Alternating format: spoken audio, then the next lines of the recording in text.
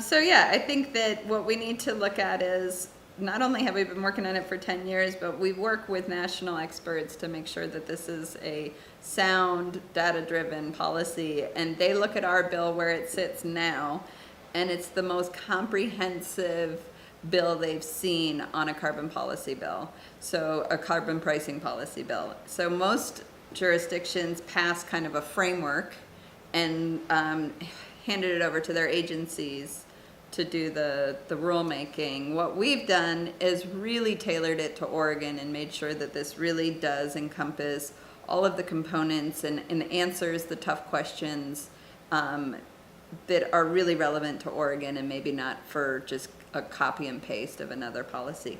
This is a really comprehensive policy. It still has some things that need to be worked out, but those things that need to be worked out don't need to be worked out in statute. They actually have to be done in rulemaking.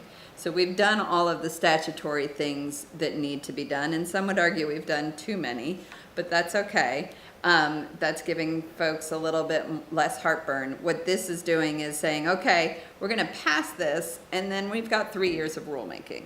So again, we're not rushing in to anything. We are going at a snail's pace, but we're being very thoughtful and trying to make sure that this bill is, addresses as many of the concerns and kind of helps people ramp up slowly if they're concerned about their own on-ramp to being a regulated entity. And they did that by having this comprehensive work group process all fall. So after working this through the long session, our legislative chairs led a open, inclusive process that had everyone who would be regulated, representatives from every corner of Oregon.